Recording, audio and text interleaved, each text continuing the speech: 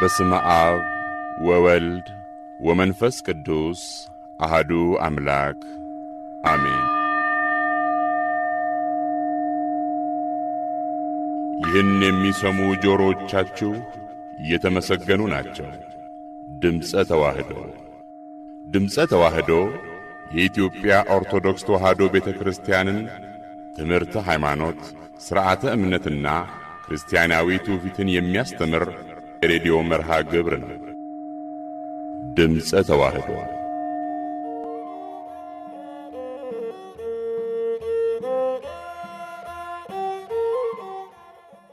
በስመ አብ ወወልድ ወመንፈስ ቅዱስ አሐዱ አምላክ አሜን። እኔም ባህራን ነኝ።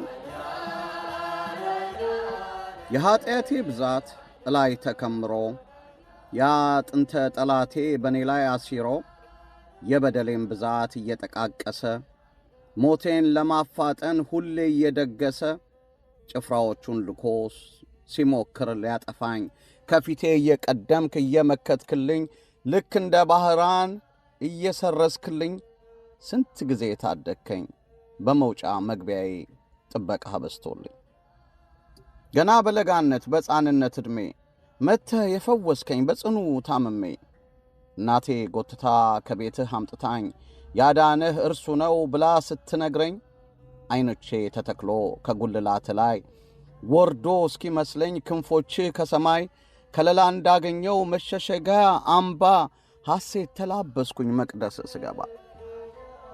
አንተ ኃያል መልአክ አዛኝ ነህ ለሁሉ ሚካኤል ሚካኤል ሚካኤል ለሚሉ ድምፃቸውን ሰምተህ የምትገሰግስ ሶስናን ያዳንካት ከሐሰተኛ ክስ ልብን የምትጠግን እንባን የምታብስ ተርበናል ሲሉህ መናን የምታጎርስ መንገድ የምትመራ በሰላም ለማድረስ ግርማ የሚያስፈራ ስምህ የሚማርክ ማን እንደ እግዚአብሔር እያለ የሚሰብክ ጽናትን የሚሰጥ የሚያላብስ ብርታት ሚካኤል ልዩ ነህ ያፎምያ ረዳት።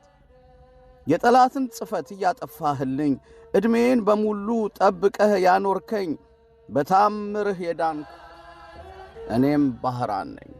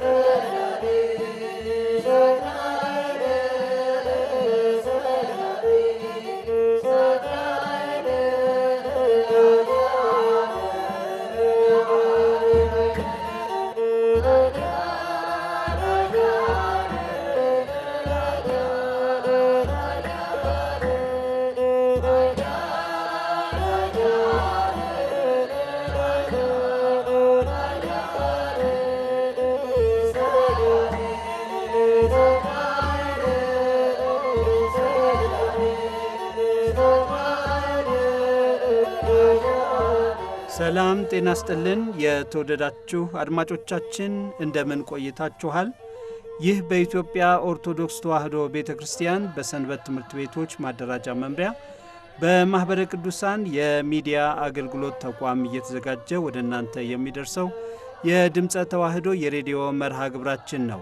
የተወደዳችሁ አድማጮቻችን እንግዲህ የዛሬ ህዳር 14 ቀን 2018 ዓ.ም የሬዲዮ መርሃ ግብራችንን በሀገር አሜሪካ የሚገኘውና የዘወትር ተሳታፊያችን የሆነው አስናቀ ወንድሙ እኔም ባህራን ነኝ በሚል ርዕስ ያዘጋጀውን ግጥም አስደምጠን ነው ወደ ዝማሬው የተሸጋገር ነው። በዝማሬው ደግሞ የጽርሐ ጽዮን ሐዋርያትና ጎላ ቅዱስ ሚካኤል ቤተክርስቲያን የፍኖተ ብርሃን ሰንበት ትምህርት ቤት መዘምራን የቅዱስ ሚካኤልን በዓል ምክንያት በማድረግ ያዘጋጁልንን ዝማሬ እያደመጥን ነው ያለነው። ዝማሬው ቆየት ብሎ ይሰማል። እንግዲህ ውድ አድማጮቻችን እንደ ወትሮ ሁሉ ዛሬም ሳምንታዊ መርሃ ግብሮቻችንን አዘጋጅተን ነው ወደ እናንተ ከሰዓት ጀምሮ መድረሳችን የምንቀጥለው። ዝግጅቱን እየመራን ቀሲስ ዮሴፍ ይኩኖ አምላክና እኔ ዳግማዊት ካሴ በጋራ በመሆን ከናንተ ጋር ቆይታ የምናደርግ ይሆናል። እንግዲህ መዝሙሩ መደመጡን ይቀጥላል። ከዛ በፊት እንግዲህ ባለፈው አርብ ዕለት ቅዱስ ሚካኤል ዓመታዊ ክብረ በዓል በመላው ዓለም ተከብሮ አልፏልና ከዚህ ጋር ተያይዞ ስለ መላእክት ጥቂት ሀሳብ ብናነሳ መልካም። ለመነሻነት ያህል ደግሞ ስለ መላእክት ተፈጥሮ ጥቂት እንወያይበት። መልካም። እንግዲህ ይሄ በስፋት የሚገለጽ ነው። ባለፉት ሁለትና ዛሬን ጨምሮ በአውደ ምሕረቱ እንግዲህ የቅዱስ ሚካኤል በዓል የሚከበርባቸው ቦታዎች ከሀገራችን ውጪ ባሉበት ቦታ ላይ ማህበረሰባችን እንደሚኖርበት ሀገር የስራ የአኗኗር ስርዓት መሰረት በዕለተ እሁድ ወስዶ የሚያከብራቸው በዓላት አሉና በአንዳንድ የአሜሪካ ግዛቶች፣ በመካከለኛው ምስራቅ አውሮፓ ከሰኞ እስከ ዓርብ የሚውሉ በዓላትን የሚቀርበው እሁድ ላይ ወስደው የማክበር ልምድ አለና ከዚህ አንጻር ዛሬም ይህንን በዓል የሚያደርጉ ይኖራሉ ወገኖቻችን። ዞሮ ዞሮ በዓሉ በሚደረግበት ቀንና ቦታ ላይ ስለ ቅዱሳን መላእክት ተፈጥሮ፣ አገልግሎት ይህን የመሳሰሉ ጉዳዮች በስፋት ትምህርቱ ይሰጣል። እንዲያው እኛም ደግሞ በዚሁ ለማንሳትና ከመላኩ በረከት ረድኤት ፈጣሪያችን እንዲያሳትፈን እንግዲህ መላእክት የተፈጠሩ ከምንድን ነው ቢባል ከዚህ ተፈጠሩ አይባሉም። መላእክትን ከዚህ ፈጠራቸው የሚል ነገር ምንድን ነው የሚለው በጥቅሉ መጽሐፈ አክሲማሮስም ሆነ ሌላ በስነ ፍጥረት አንጻር የተጻፉ መጽሐፍቶቻችን የሚናገሩት እግዚአብሔር ካለመኖር ወደ መኖር አመጣቸው ነው የሚለው። ማሀበ አልቦ ሀበ ቦ ፍጹም ካለመኖር ወደ መኖር ነው ያመጣቸው። ባህሪያቸው ይሄ ነው ከዚህ ነው አይባልም። በጣም ረቂቃን ናቸው፣ ቁጥራቸው ይሄን ያህል አይባልም። በጣም ብዙ ናቸው እና ተፈጥሯቸውን ስንመለከት ከዚህ ነው የተፈጠሩት አይባሉም። እንግዲህ በዕለተ እሁድ እግዚአብሔር ከፈጠራቸው ከስምንቱ ፍጥረታት መካከል አንዱ መላእክት ናቸውና መላእክት በዛ ቀን እግዚአብሔር ፈጥሯቸዋል። ሲፈጠሩ ደግሞ ረቂቃን ግዘፍ የሌላቸው ግን የነቁ የሚፋጠኑ የሚራዱ የሚላላኩ አድርጎ ፈጥሯቸዋል። በልዩ ልዩ ዓለማት ላይም አኑሯቸዋል። መልካም። እንግዲህ እዚሁ ላይ ደግሞ እንጨምርና ስለ መላእክት አገልግሎት እናንሳ። የመላእክት አገልግሎት በልዩነት ምንድን ነው የሚለው? መልካም፣ ጥሩ ጥያቄ ነው። እንግዲህ መላእክት ብለን ስንል በነገራችን ላይ መልአክ ማለት የተላከ መልእክተኛ ማለት ነው። ፈጻሚያነ ፈቃድ እግዚአብሔር የእግዚአብሔርን ፈቃድ የሚፈጽሙ በቀን በሌሊት እንቅልፍ የሌላቸው ረፍት የሌላቸው ቅዱሳን መላእክት አሉ እና አገልግሎታቸው ምንድን ነው? እንግዲህ በአንድ በኩል እግዚአብሔርን ያለማቋረጥ ማመስገን ነው። ምስጋና ነው አንደኛው አገልግሎታቸው። በነቢዩ ኢሳይያስ መጽሐፍ ላይ እንደተጻፈው ምዕራፍ 6 ላይ ቅዱስ ቅዱስ ቅዱስ እያሉ እግዚአብሔርን በማመስገን ቀንና ሌሊት እንደማያርፉ ያው ልዑለ ቃል የሚባል ነቢዩ ኢሳይያስና ወንጌላዊ ቅዱስ ዮሐንስ በራእይ መጽሐፉ ላይ ቀንና ሌሊት ረፍት እንደሌላቸው በስፋት ገልጸዋል። ስለዚህ አንዱ አገልግሎታቸው የመላእክት አገልግሎታቸው እግዚአብሔርን ማመስገን ነው። በሌላ በኩል ደግሞ የሰው ልጅን መራዳት ነው። የሰው ልጅን በተለይ አማንያንን ክርስቲያኖችን መራዳት የመላእክት አንዱ ተግባራቸው ነው። ክቡር ዳዊት ይህን በተመለከተ ሲናገር የእግዚአብሔር መልአክ እግዚአብሔርን በሚፈሩት ሰዎች ዙሪያ ይሰፍራል ብሎ ተናግሯል። እግዚአብሔርን የሚፈሩት እነማን ናቸው ከተባሉ ምእመናን ናቸው። እግዚአብሔርን አምነው የሚኖሩ ናቸው። ስለዚህ ምእመናንን በመጠበቅ ምእመናንን በማገልገል ምእመናንን በመራዳት ይኖራሉ፣ ኖረዋል ወደፊትም። ለምሳሌ ይሄ በማን ታውቋል ቢባል በሰለስቱ ደቂቅ፣ በነቢዩ ዳንኤል፣ በነ ዮሴፍ፣ በሌሎቹም ቅዱሳን መላእክት ያልጠበቋቸው ያልተራዷቸው ቅዱሳን የሉም፣ ምእመናን የሉም። እኛ ሁላችን በቀንም በሌሊትም የሚጠብቁን መላእክትን እግዚአብሔር መድቦልን አለ እና እግዚአብሔር በቅዱሳን መላእክት ህዝቡን ይጠብቃል ማለት ነው እና የእግዚአብሔር መልአክ እግዚአብሔርን በሚፈሩ ሰዎች ዙሪያ ይሰፍራል ይላል። ይሄ ያንኑ ያሳያል። ስለዚህ በአጠቃላይ መላእክት አገልግሎታቸው ምንድነው ሲባል እግዚአብሔርን ከማመስገን በተጨማሪ ሰውን መራዳት፣ ሰውን ከልዩ ልዩ እንቅፋት አሰናካይ በረቂቅም በጋሃድም ከሚመጣው ፈተና ወይም መከራ መጠበቅ መከላከል ነው። በሌላው በኩል ደግሞ የእግዚአብሔርን መልእክት ወደ ሰው ልጆች ወይም ወደ ልዩ ልዩ አካላት ይዞ መሄድ መላላክ፣ እግዚአብሔርን ከማመስገን በተጨማሪ የእግዚአብሔርን መልእክት ወይም ሀሳብ ወደ ልዩ ልዩ አካላት ማድረስ የመላእክት የአገልግሎት ዘርፍ ተብሎ ሊታይ ይችላል። ለምሳሌ ወደ እመቤታችን ቅድስት ድንግል ማርያም የእግዚአብሔርን ፍጹም ፈቃድ የሆነውን ሀሳብ ዓላማ የሆነውን ሰውን የማዳንን ነገር ይዞ መጥቶ መላኩ አድርሷል። ለእመቤታችን ነግሯታል፣ ዜና ብስራቱን ማለት ነው።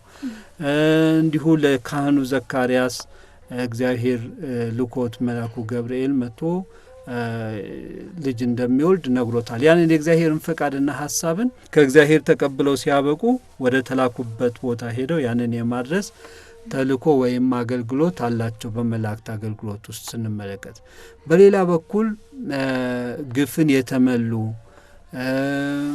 እግዚአብሔርን ያላሰቡ በሰው ላይ ጭከናን ተሞልተው መከራ የሚያደርሱ አካላትን ለመቅጣትም ይላካሉ። ያ የመቅጣት ተልእኳቸውም አገልግሎታቸው ነው ማለት ነው።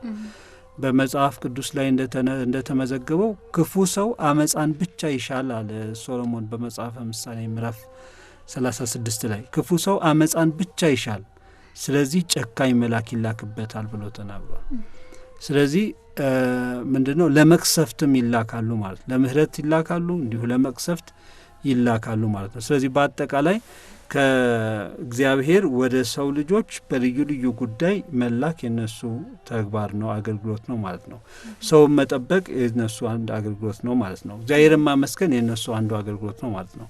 ለመጨረሻ በዚህ ውይይታችን የማነሳው ምንድነው ሌላው ከሰው ወደ እግዚአብሔር ጸሎትን፣ ልመናን፣ ጸሎተ ዕጣን ይሄ መስዋዕቱን ማሳረግ የነሱ አገልግሎት ነው። ሰውን ከመራዳት በተጨማሪ ሰው ለእግዚአብሔር የሚያቀርበውን ጸሎት፣ በጸሎት ውስጥ ያለውን ምስጋና፣ በጸሎት ውስጥ ያለውን ሐዘን ወይም ደግሞ የእርዳታ ጥያቄን ተቀብለው ሲያበቁ ወደ እግዚአብሔር ማድረስ የመላእክት አንዱ አገልግሎት ዘርፍ ሆኖ ሊታይ ይችላል። ዮሐንስ በራእዩ ይህንን ገልጾልናል።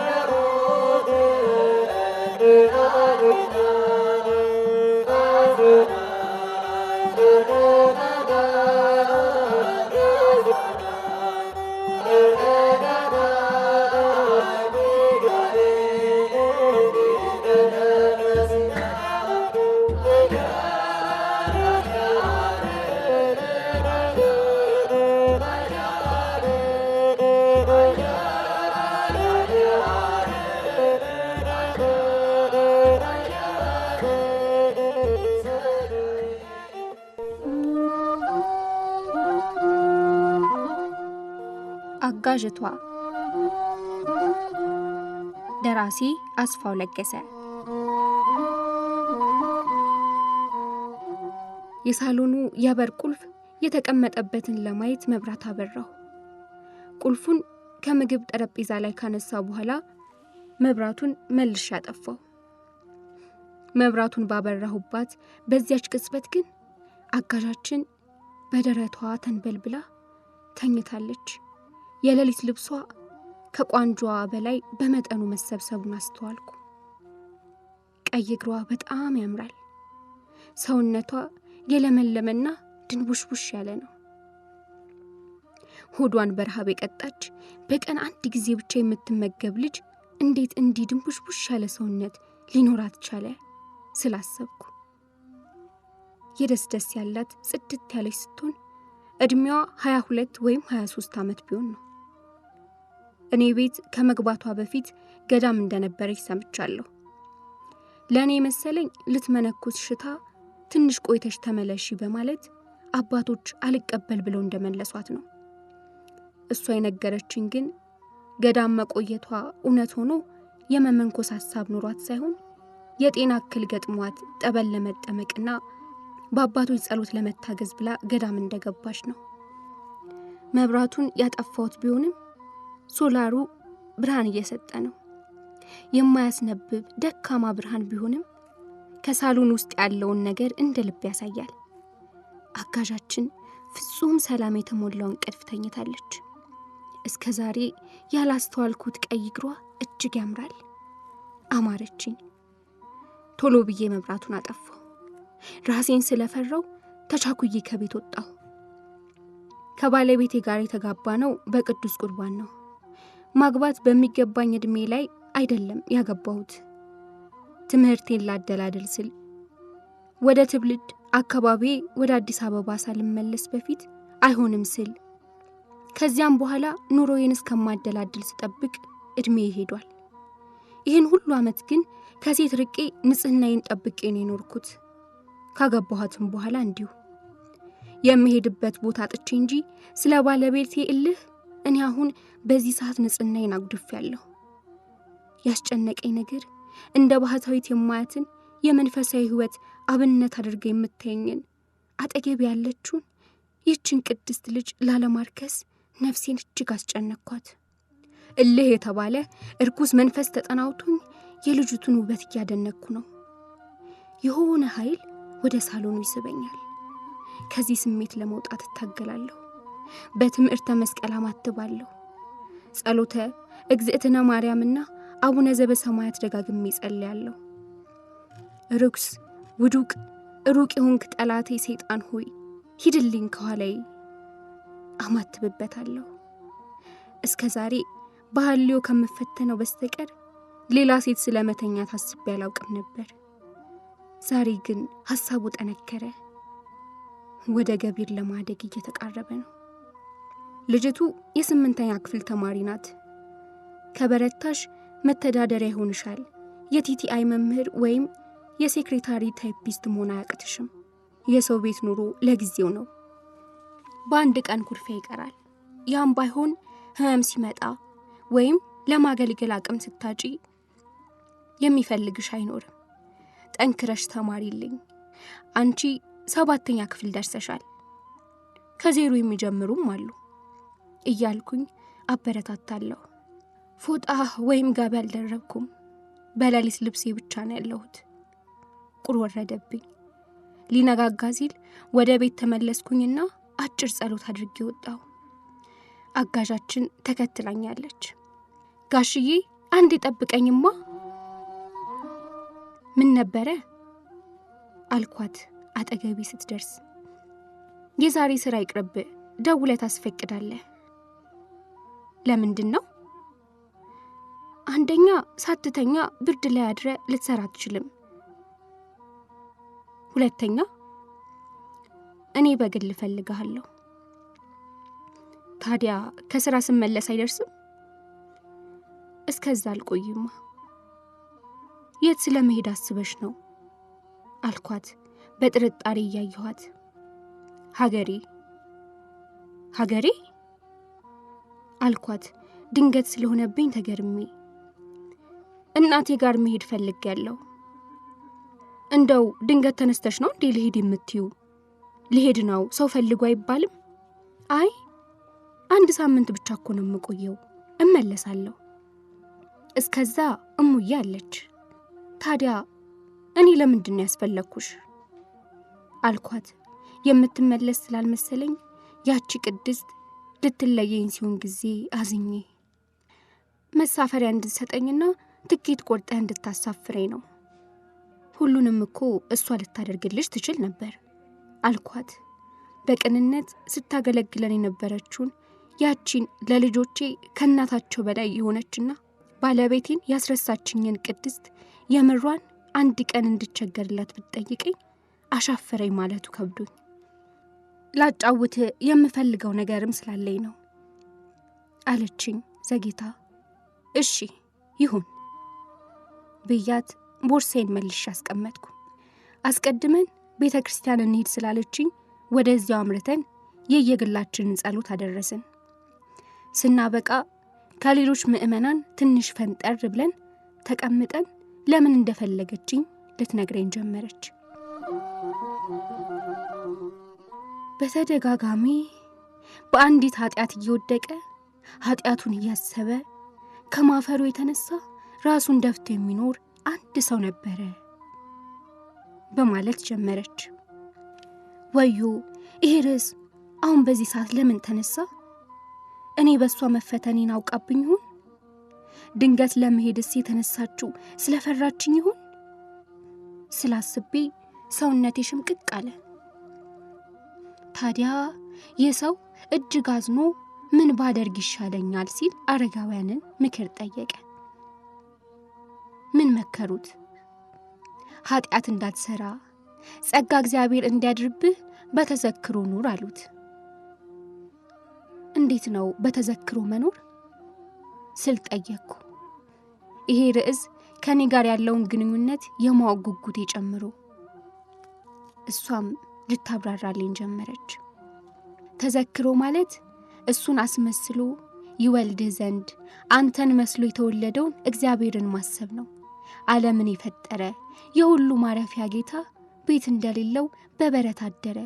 የምድራዊም ሆነ የሰማያዊው ሀብት መገኛ ለዘላለሙ ነግሶ የሚኖር ንጉሠ ነገሥት ጌታ ሲሆን በጨርቅ ተጠቀለለ። የስደተኞች ማረፊያ የሚሆን እሱን እሽኮኮ ብለው አሸሹት። የሁሉ ደስታ የሚሆን ጌታን ሄሮድስ ይገለዋል ብለው እየፈሩ አሳደጉት። በዕፀ በለስ ምክንያት ከመጣ ሞት ያድን ዘንድ በመስቀል ተሰቅሎ ሞተ። ከመቃብር ያስነሳ ዘንድ ወደ መቃብር ወረደ። አንድም ከጨለማ ወደ ብርሃን ያመጣ ዘንድ ወደ ሲኦል ወረደ። እኒህን ሁሉ ስላደረገልህ ፈንታ አንተ የምትሰጠው ዋጋ ምንድን ነው? በተዘክሮ ኑር። እንደ እመቤታችን በክንድህ ቀፈው። እንደ እመቤታችን ሰውነትህ ለእሱ ሞግዚት ትሁን። 70 ሰገል እጅ መንሻውን ይዘው ወደ እሱ በመጡ ጊዜ እጅ መንሻን ይዘ ከሳቸው ጋር እጅ መንሻውን አቅርብለት። በተዘክሮ በቅተህ ከነውሉትም ጋር መወለዱን ተናገር። ምስጋናውን ከመላእክት ጋር ተናገር። ወደ ቤተ መቅደስም ባገቡት ጊዜ እንደ ስምዖን በክንድ ታቀፈው። ወደ ግብፅም በወረደ ጊዜ እሽኮኮ ብለህ ውረድ። አቅፈው ከዮሴፍ ጋር ሂድ። እንደ ምድረ ግብፅ ያለች ሰውነትህን እንደ ኢየሩሳሌም ያደርጋት ዘንድ መዓዛውን አሽት። ሕፃናትን ምሰል። በሕፃንነቱ ሳለ ከሄደበት ሁሉ ተከተለው። በዮርዳኖስ የሚደረገውን ሁሉ ስማ። በሚጾምበት ጊዜ ከእርሱ ጋር ጹም። ከውሃው አጠገብ ከሳምራዊቷ ጋር በተቀመጠ ጊዜ ያስተማረውን ትምህርት ስማ።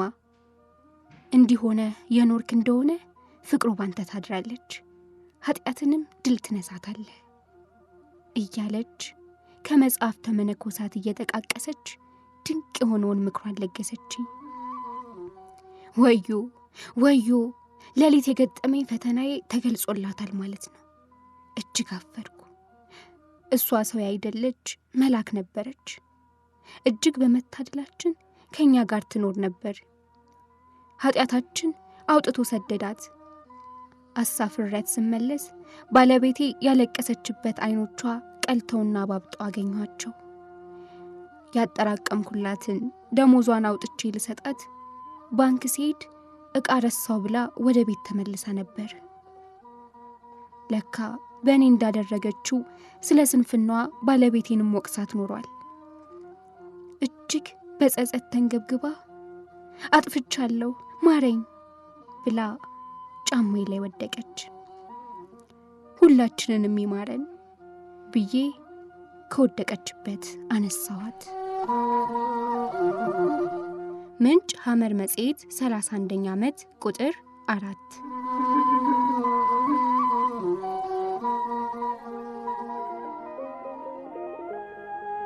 እኛ ሰው መሆን አይቀርም እንበድልሃለን እንደ ቸርነት አቤቱ አንተ ይቅር በለን አንተ ይቅር በለን። የተወደዳችሁ አድማጮቻችን እየተከታተላችሁ የምትገኙት የህዳር 14 ቀን 2018 ዓ.ም የድምፀ ተዋህዶ የሬዲዮ መርሃ ግብራችንን ነው።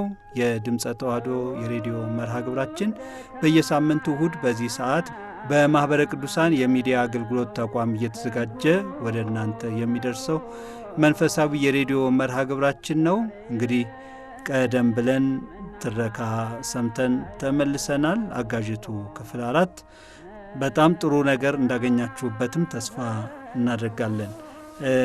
እንግዲህ ይህንን ካልኩኝ እህቴ ዳግማዊት ከዚህ ትረካ አንቺም እንግዲህ ከመጀመሪያው ጀምሮ እስካሁን ድረስ ስትተርኪልን የነበርሽው አንቺ ነበርሽና ምን ቁም ነገር አገኘሽበት? አዎ መልካም። እንግዲህ ትረካውን ከዚህ በፊትም አንብቤዋለሁ። ከዚህም በተጨማሪ ደግሞ በዚህ በዝግጅቱ ላይ እንዲቀርብ እሱም ከጋበዙኝ በኋላ በድጋሚ አንብቤዋለሁና ትረካው ጥሩ ስለ ትዳር የሚያስተምር ነው ብዬ አስባለሁ። በእኔ በኩል በሁለት ባልና ሚስት መሀል የሚፈጠር አለመግባባትን ነው እየተረከልን የሚሄደው ሙሉ በ4 ክፍል ውስጥና ምናልባት እነኚህ ጥቃቅን የሆኑ ነገሮች እያደጉ ሲመጡ ምን ያህል ችግርን እንደሚፈጥሩ ያሳየናል። ትንንሽ የምንላቸው በጊዜው ያልተፈቱ አለመግባባቶች እየቆዩ ሲመጡ እንግዲህ 2 ዓመት ነው አልጋ የለዩት እነዚህ ባልና ሚስትና እዚህ ድረስ ነው የደረሰው ችግሩ። በሌላ በኩል ደግሞ አንዳቸው ያንዳቸውን ችግር ያለመረዳት ችግር አለ። ወይም አሁን ምንድነው ከሰው ጋር ስንኖር ከራሳችን ሐሳብ የሰውን አይደለም እናስቀድመው እንዲህ ሊል ይችላል። እሱም ደግሞ በተቃራኒ እንዲህ ልትል ትችላለች የማለት ሐሳብ የለም በሁለቱ ዘንድና የራሳቸውን ስሜት ብቻ በመረዳት እየሄዱ ስለነበረ አለመግባባት ተፈጠረ በመሃላቸው። ይሄ ደግሞ የቤተሰብ ውይይት እንደሚያስፈልገን ያስተምራል በትዳሩ ስንኖር።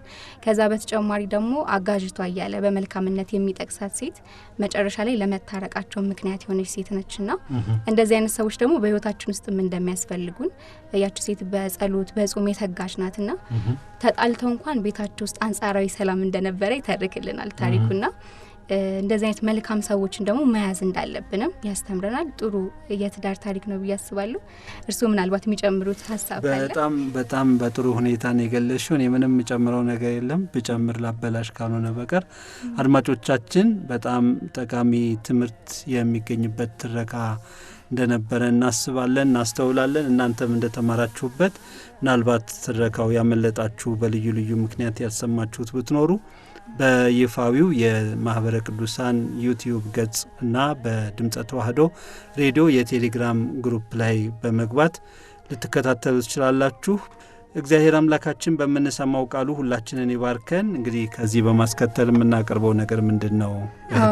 ከዚህ በማስከተል እንግዲህ ከዚህ በፊት ሲከታተሉ የነበረው የክርስቲያን ጸሎት ትምህርት ክፍል 8 ደግሞ ዛሬ ይቀጥላል ማለት ነው። መልካም ቶሎ ያልፋል ዳዊትን ተናግሯል አፈርት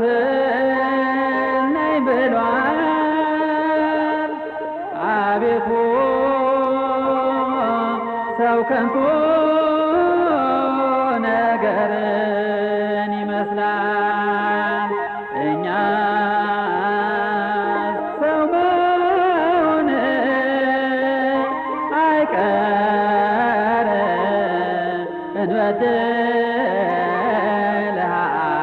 እንበድልሃለን እንደ ቸርነት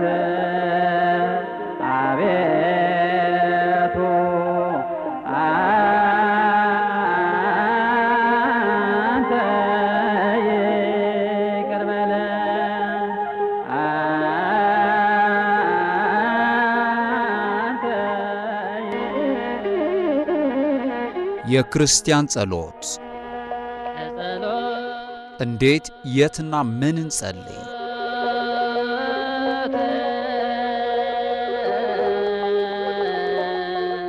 በኦርቶዶክሳዊት ተዋሕዶ ቤተክርስቲያን አስተምሮ የጸሎት ምንነት አይነትና አፈጻጸሙን እንዲሁም በጸሎተ አቡነ ዘበሰማያት የተካተቱ ጉዳዮች በዝርዝር ይቃኛሉ።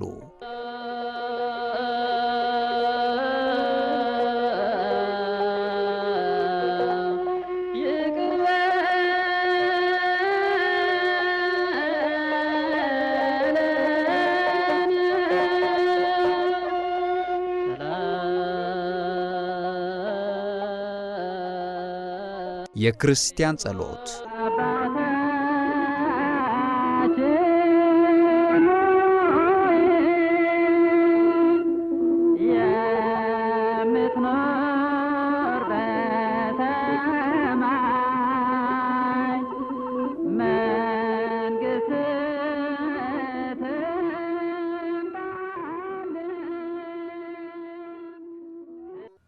ተስፋ መቁረጥ ትልቅ ኃጢአት ነው። አንኩሉ ኃጢአት የሐኪ ቀጅጸ ተስፋ ይላል። ተስፋ መቁረጥ አይገባም። እንግዲህ ያንን በተስፋ እንድንጸና የሚያደርገን ደግሞ ፍቅር ነው። መጀመሪያ ፍቅር እግዚአብሔር ነው፣ አቡነ እንላለን። ሁለተኛ ፍቅረ ቢጽ ነው። የእግዚአብሔር ልጆች ስለሆን የእግዚአብሔር ልጆች መውደድ አለብን። መላእክቱም የእግዚአብሔር ልጆች ናቸው። እኛም ክርስቲያኖች የእግዚአብሔር ልጆች ነን። እርስ በርሳችን መፋቀር አለብን። ያደረግነው መስቀል የፍቅር ምልክት ነው እንጂ የጥላቻ ምልክት አይደለም። የእግዚአብሔር ልጅ ኢየሱስ ክርስቶስ በመስቀል ላይ ተሰቅሎ የፍቅሩን ብርሃን አብርቶልናል። መስቀሉን ስናስብ እኛም ፍቅር ሊኖረን ይገባል። በአቡነ ዘበሰማያት ውስጥ ፍጹም ፍቅር ነው የምናየው። እንዴት ነው ፍቅሩ? የራስ ወዳድነት ጥያቄ የለም። ለኔ የሚል የራስ ወዳድነት ጥያቄ የለም። ለኔማ የዚህ ዓለም ሁሉ ነገር የኔ ሆነ እንደሚሉ ሰዎች ነው። አይ ለኔ የለም፣ ለኛ የሚል ነው ጸሎቱ። ለኛ እንጂ ለኔ የግል የሚል ነገር የለም። ክርስቶስንም የግል ለማድረግ የሚፈልጉ አሉ። የዓለም መድኃኒት ማለት ነው። ሁሉ ለራሱ ቆርሶ ያሳንሱ፣ ከራስ በላይ ነፋስ እንደሚባሉ አይደለም። የራስ ወዳዶች ጸሎት አይደለም። ክርስቶስ እኮ ሊያካፍል ነው የመጣው። ሕይወቱን እኮ ነው የሰጠ። ልጆቹም ጭምር ለራሳቸው ብቻ ማሰብ የለባቸውም፣ ሌሎች ማሰብ አለባቸው። እሱን የምንከተል ከሆነ አባታችንም ምንም ስህተት አይገጥመንም፣ በብርሃን ነው የምንመላለሰው። ነገር ግን በጥላቻ ውስጥ ከሆን ግን ፍቅር ከሌለን የቃየል ልጆች ነው። ምንም አቤልን ብንገድል ተመቸን ብለን የአቤል ደም ጮኋል። የአቤል ደም ጮኋል። ደመ ሰማዕት ነው። ቃየል ግን ወዮለት፣ ተቅበዝባዥ ነው የሚሆነው። ውስጥ ጥላቻ ሳይኖር ወንድምን እና እህትን ወደ ማጥፋት የሚገፋፋ ነገር የለም፣ መክፍያ የለም። አቡነ ዘበሰማያት ጸሎት ግን ለሁሉ ነው።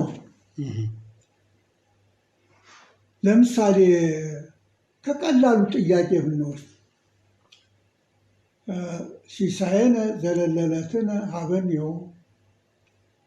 የዕለት ምግባችንን እንጀራ ብለውታል ሲተረጉሙ። እንጀራ ብቻ አይደለም፣ ለሰው የሚያስፈልገው ሁሉ ምግብ አለ። ሲሳይ ሁሉን ነገር ያጠቃልላል። የዕለት ምግባችንን በየቀኑ ስጠን ወይም ዛሬ ስጠን። ዮም ዛሬ ነው፣ እድሜያችንም ዛሬ ነው። ትናንትና አልፏል፣ አይመጣም። የወደፊቱንም አናውቅም። ለዛሬ ግን የምንጎርሰው፣ የምንለብሰው፣ የምንጠለልበት ካገኘን ይበቃናል። ለእኔ ብቻ ይሁንልኝ አይደለም፣ ለሁላችን ለሁላችን፣ የነፍስም የስጋም ጥያቄ ለሁላችን። የነፍስ ምግብም አለ፣ የስጋ ምግብም አለ። እንግዲህ የማታ እንጀራ ስጠኝ እንላለን አይደለም? የማታ እንጀራ ስጠኝ ስንል ማታ ማታ እራት እየበላን የማታ እንጀራ ስጠኝ እንላለን። የማታ እንጀራ አለ፣ ለስጋው ደግሞ አብቃን ማለት አለ። ትምህርተ ወንጌል ይገለጽልን ማለት አለ። ብዙ ነገር አለ እና ምንድነው ፍቅር? ፍቅር እንግዲህ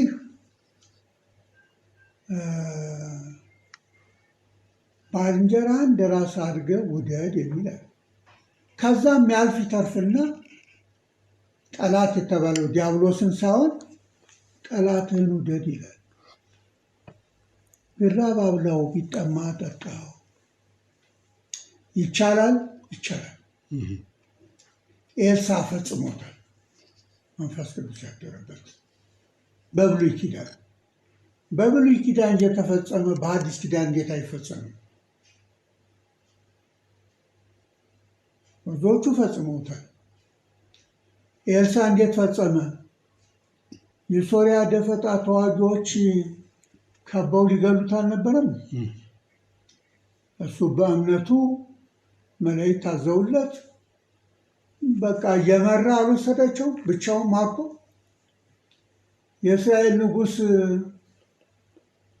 አሁን ወደ እግዚአብሔር ሲያመለክት መጽሐፈ ነገሥት ካልዕ ምዕራፍ 6 መመልከት ነው። አባቴ ፍቀድልኝ፣ ልግደላቸው አለ። ጊዜ መግደል ነው እንግዲህ ስልጣን ላይ ያለ ሰው ጊዜ ልግደል ነው የሚለው። አንተ ልግደል ቢሉት አይወድም፣ ይደነግጣል። ሌላውን መግደል ግን ቀላል ነው። አሁን ቃየል እኮ ወንድሙ ሲገድል ከምንም አልቆጠረም። በኋላ ግን በእሱ ላይ የሚመጣ ነገር ሲነግረው እግዚአብሔር እንዴት እንደተንቀጠቀጠ ታውቃላችሁ። ኦሪት ዘፍጥረት ምዕራፍ 4 መመልከት ነው የተጻፈው። እኛ እንድንማርበት እንድንገሰጽ አንብበን እንድንተወው አይደለም። ስለዚህ ኤልሳ ያ ንጉሱ ልግደል ሲል አይ እነዚህ እግዚአብሔር ምርኮ ናቸውና ምርኮኛ ደግሞ አይገደልም፣ ምርኮኛ አይገደልም እና ይልቅ ወደ ጌታቸው ተርበዋልና ደክሟል፣ በመንገድ እንዳይቀሩ ግብዣ ጋብዛቸውና መግበህ ሸኛቸዋል። ሊገሉ ነበር የመጡት፣ ሸኛቸዋል ተመግበው።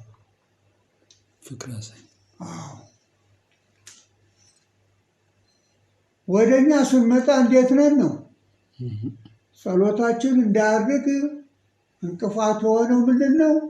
ቂመኞችና በቀለኞች ስለሆን ቤት ያርግ። ለመንኩት አልሰማ አለኝ እንላለን። እኔ ነኝ እንጂ ያልሰማሁት እሱ መቼ አልሰማ አለ?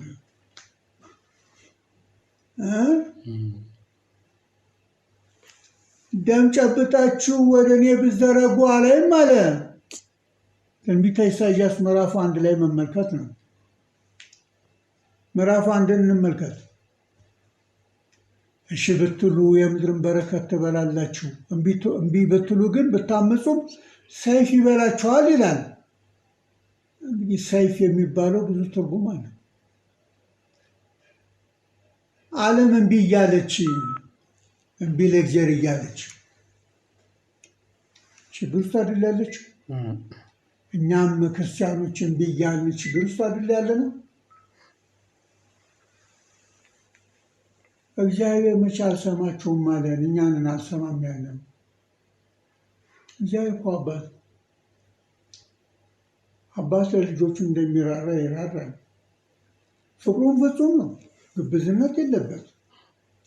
እኛ እንደው የጠላት መውደዱን እንኳን እስቲ ቆየት እናድርግና የእኔ ደቀ መዛሙርት መሆናቸው የሚታወቀው እርስ በርሳችሁ ስትፋቀሩ ነው ይላል። ታዲያ እንዴት ነው? ፍቅር አለን ወይ?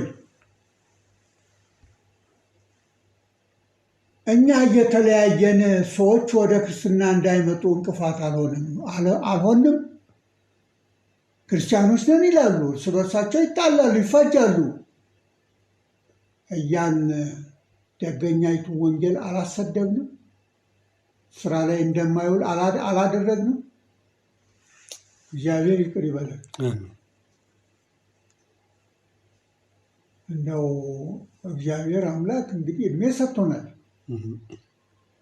ንስሐ የማይገባ አመፀኛ ልቦና አለንና ንስሐ ለመግባት ያውቅ። የክርስቶስ ልጆች መሆን አይሻልም? የእባብ ልጆች ከመሆን የዲያብሎስ?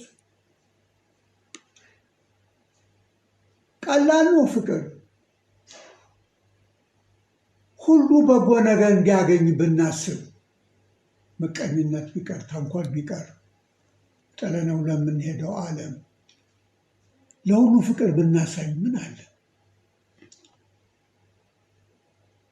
ደግሞ ክፉ ሰዎች አሉ በወንድማማች መካከል ጠብ የሚዘሩ። ይህን መጽሐፈ ምሳሌ ምዕራፍ 6 መመልከት ነው። እግዚአብሔር የሚጠላቸው 6 ነገሮች አሉ። 7ተኛውን ፈጽሞ ነፍሱ ትጸየፋለች ይላል። ነፍስ ባለው በሰውኛ አነጋገር ተነገር እንጂ መንፈስ ቅዱስ በጣም የሚጠላው ነው። በወንድማማች መካከል ጠብ መስራት። አሁን በወንድማማች መካከል ጠብ የሚዘሩ ሰዎች አሉ። ስንት ባልና ሚስት በነገረኛ ተፋታ። ስንቱን የተፋጀው። እሳት ሲነሳ ቤቶችን እንዳያቃጥል ውሃ በማርከፍከፍ ፈንታ ጋዝና ቤንዚን የምንሰጥ አይደለንም እንዴ? እሳቱ የማይነካን ይመስል እሳት ጥሩ አይደለም። እሳት በአግባቡ ይጠቅማል። አላግባቡ ከሆነ ግን ቤት ያቃጥላል፣ ሕይወት ያጠፋል። ስለዚህ ነገር ክፉ ነው፣ ነገረኛ መሆን። ነገረኛ ሰው፣ ሰብቀኛ ሰው የሚፋቀሩትን ያጣላል። በሰውና በሰው መካከል ጠብ የሚዘሩ ሰዎች የአጋንንት ልጆች ናቸው። ክርስቲያን ነኝ ይላል እዚህ ቂመኛውና በቀለኛው ፍቅር ሳይኖረው። አንዳንዱ ሚስቱን እያስለቀሰ ለቤተ ክርስቲያን ይህን ያህል ገንዘብ ረዳው ይህን አድርጎ እልል በሉልኝ የሚለው አንዳንዷም ባሏን እያሳረረች ልጆቿን ጥላ ከገዳም ገዳም የምትዞርና እዛም ደግሞ የምትበጠብጣለች። ኧረ ጠቢያችን እንደው የተመረመረ እንደሆነ በጣም ነው። እንዲህ ደግሞ ተግሳጽ ሲመጣ ደግሞ እልም ያለው ኃጢአተኛ እኔ ቅዱስ ነኝ ይላል። ንጉሥ አድርጎ የሾመው ሳኦል ታሪኩ የምትመለከቱ በመጽሐፈ ነገሥት በመጽሐፈ ሳሙኤል ነው፣ ይቅርታ። ምንድን ነው ያለ? ሳሙኤል ሲጠይቀው ይህን እኮ ለመስዋዕት ብዬ ነው ያመጣሁት፣ ይህ እኮ እንትን እኮ ሁሉን የሚሰራው ስራ ምንም አልተሳሳቱም እኮ ብሎ ነው። እግዚአብሔር ሳኦልን በመሾሙ ሳኦልን ንቅ ያለውና ሸሬዋለሁ ሲል በሰው ፊት ለመመስገን እባክህ ጥለኝ አትሂድ ምናምን ሲል እንደውም የነቢዩን ልብስ ቀዶበታል። የእኔ ልብስ እንደቀደድክ መንግስት ካንተ ተቀደደች፣ ለአንተ ካንተ ለሚሻል ተሰጠቻል። ይችኛዋን ሙጭጭ ያላትን መንግስት ሳይወድ በግድ ትቶ ያው በአማሌቃዊ ነው የተገደለው። ጠንቋይ ቤት ቢኬድም ጠንቋይም አላዳንም። መንፈስ ሞት ቀስቅሼ አናግራለሁ የምትለውም አላዳነችው። እግዚአብሔር ሲያከብረን ልንንቀው አይገባም። አህያ ጠፍታበት ሊፈልግ የሄደ ሰው እግዚአብሔር ያዘዘውን ትእዛዝ ትቶ ደካማውን አጥፍቶ አጋግን ለአንድ ደጀን ይሆነኛል ብሎ አመጣዋ። አጋግ እኮ ስሙ ሲጠራ የእስራኤል ሴቶች ወላድ የነበረችው በቃ መሀን ነው የምትሆነው። ድንጋጤ መሀንነት እንደሚያመጣ በዚህ ዙሪያ የተመራመሩ እንትኖች አሉ። ዝም ብሎ በተፈጥሮ በጭንቀትና በከፍተኛ ጥላቻ እናንተን ጽንስ እንዳያዝ ይደረጋል። የተፈጥሮ አለ። ዝም ብሎ እግዚአብሔር በፈቀደ ጊዜ ደግሞ ይወለዳል። የነሳራን ስናመጣ አንዳንዱ ግን በራስ እንትን ይጠራል። ቅናትም መጥፎ ነው። እኔ አልወልድ እህቴ ወለደች እያለች ራሔል ትቀና ነበረ። ከዛ ማህፀኗ ተዘግቶ መጨረሻ ጊዜ ነው እንግዲህ እግዚአብሔር ከእሷ ልጆች የተወለዱት። እንግዲህ ምንድነው ያመጣ ነው? የፍቅር ተጻራሪ አለ ማለት ነው። ግን ባልንጀራ እንደ ራስ አድርገህ ውደድ ስለሚል ጸሎቱ ለራሳችን ብቻ ሳይሆን ለሁሉም መሆን አለበት። የክርስቲያን ጸሎት እንዴት፣ የትና ምን እንጸልይ?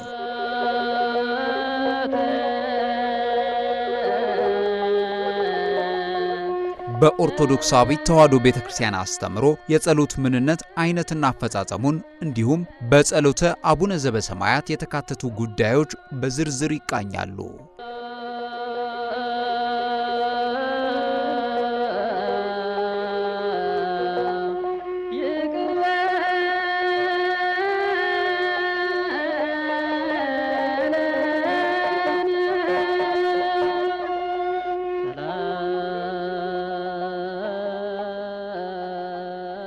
የክርስቲያን ጸሎት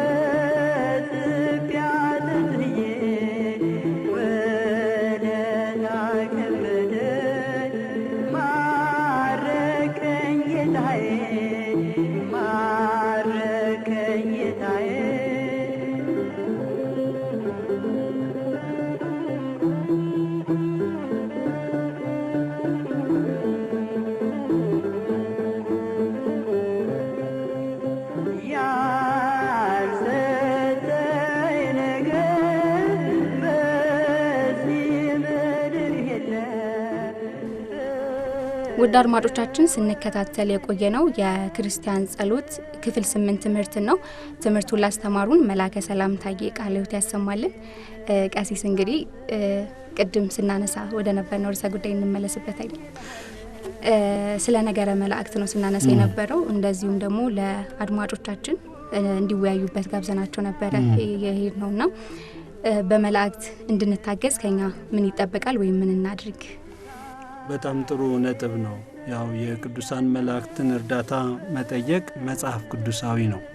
መላእክትን እርዳታ እና ራሱ እግዚአብሔር የመደበልን ነው በመላእክት አገልግሎት እንድንታገዝ። ለምሳሌ በኦሪት ዘጸአት ምዕራፍ 23 ከቁጥር 20 ላይ ያለውን የእግዚአብሔርን ቃል ስናነብ ምንድነው የሚለን?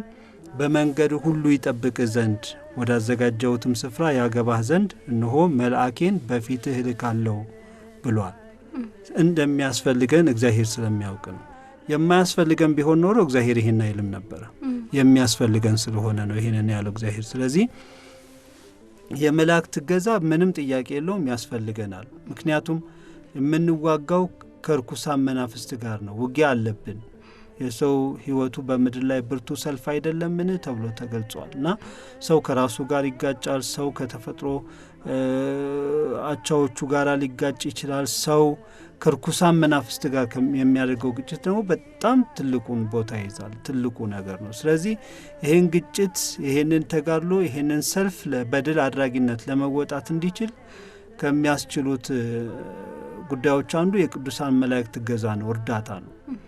ለዛ ነው ነቢዩ ኤልሳ ለደቀ መዝሙሩ እኛ ጋር ያሉት እነሱ ጋር ካሉት በቁጥርም በጉልበትም ይበልጣሉና አትፍራ ያለው። ስለዚህ እንዳንፈራ ከሚያደርጉን፣ ልበ ሙሉ ከሚያደርጉን፣ ሰልፉን በድል አድራጊነት እንድንወጣ ከሚያስችሉን አካላት ውስጥ የሚመደቡ ናቸው ቅዱሳን መላእክት። ቅዱሳን መላእክት በግልጽ ይራዱናል።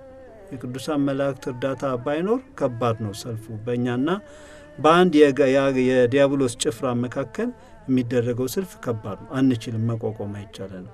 ተፈጥሯችንም ይለያያል። ምሳሌ እኔ አንቺ በአንድ ትንሽ ያረቄ መለኪያ ጠርሙስ የተቀዳ አልኮል ጠጥተን እንሰክራለን፣ ሁላችንን እንረሳለን፣ ሰውነታችንን መቆጣጠር ይቸግረናል። ሰይጣን ግን የትኛውንም የውቅያኖስ የባህር ውሃ ሁሉ መርዝ ሆኖ ቢጠጣው አይሞትም። እንደገና ደግሞ አልኮል ሆኖ ቢጠጣው አይሰክርም።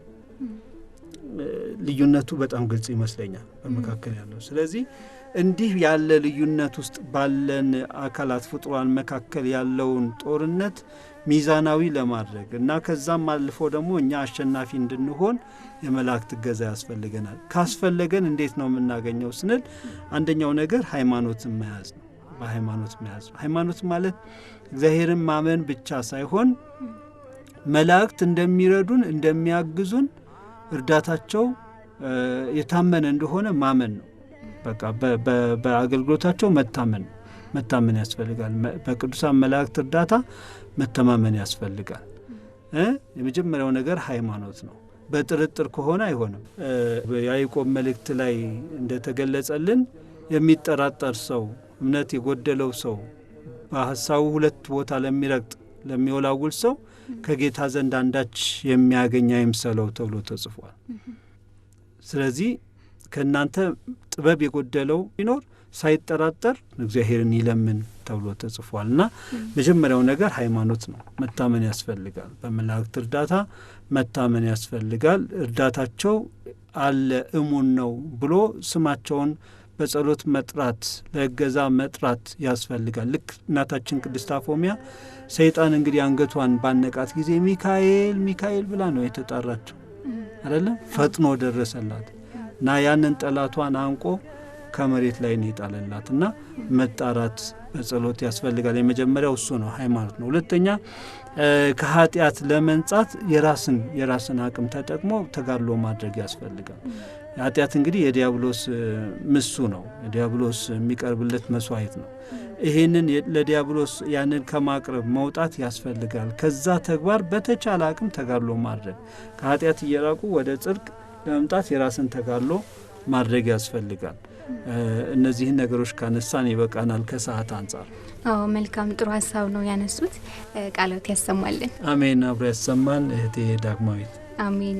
እንግዲህ እርሶም እንዳሉት ሰዓታችን ሄዷል እና እዚሁ ጋር እናጠቃል ሐሳባችንን አይደል? አዎ እውነት ነው። ከዚህ በላይ ምንም ለማለት አንችልም። ከወዲሁ መሰናበት አለብን።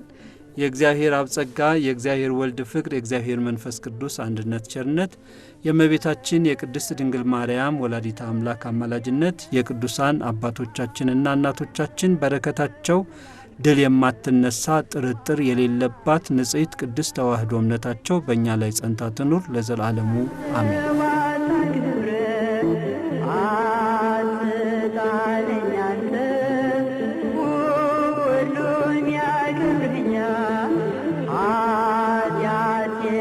I